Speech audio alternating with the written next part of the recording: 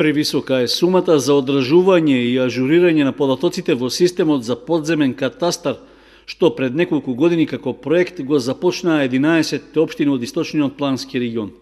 Фирмата Калиопа од Словенија, која беше партнерска организација на Центарот за развој на регионот во спроведувањето на проектот, искажала подготвеност да се продолжи со втора фаза, но за тоа била побарана одредена сума пари што за општините е превисока.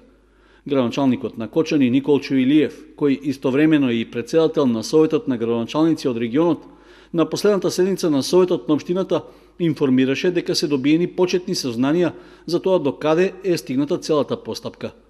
За тој проект се издвоени средства од буџетите на општините на Истокот 80.000 евра и 120.000 евра донации. Значи за тој проект се вложени 200.000 евра, а не функционира. И нормално беше како председател или како градоначалник кој е заинтересиран општина Кочани да има подземен катастар, да се информирам до каде и зошто е тоа така. И додатно на тоа бев информиран од моите соработници дека ние имаме одредена документација, односно од првата фаза во делот на внесувањето на урбанистичките планови е завршена од наша страна и дека нашите податоци стојат на некој сервер на кој ние немаме пристап.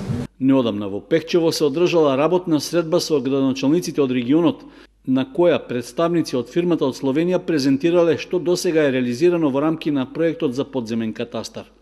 Сепак, оценето е од и сумата што била побарана е превисока, поради што најверојатно општините ќе се откажат од услугата на словенците.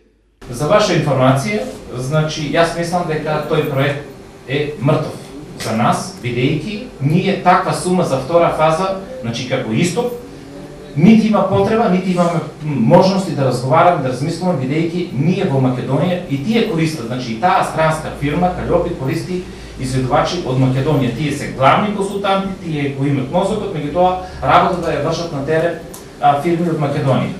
Мојот предлог до Советот на Источно-плански регион, каде што не се расправаше, меѓутоа е јасен, ние да ја прекинеме соработката, да си ги повлечеме документите и во колку имаме можност, значи прво како Источно-плански регион, заедно да настапиме, имаме можност за 1/3 од сумата да спроведеме 7 фази. Значи сите 7 фази кои се потребни на општина Кочани или било која друга општина.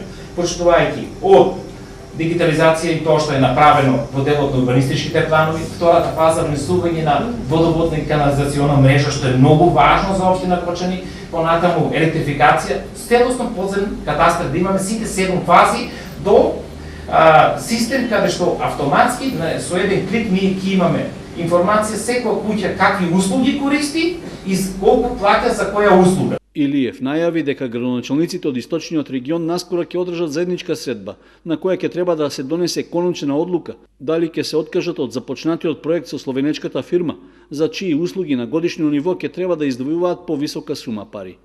За изработка на географско-информацијскиот систем за подземен катастар пред 4 години беа потрошени 200.000 евра, од кои 60% донираше владата на Република Словенија, а остатокот го покрија општините од источниот плански регион.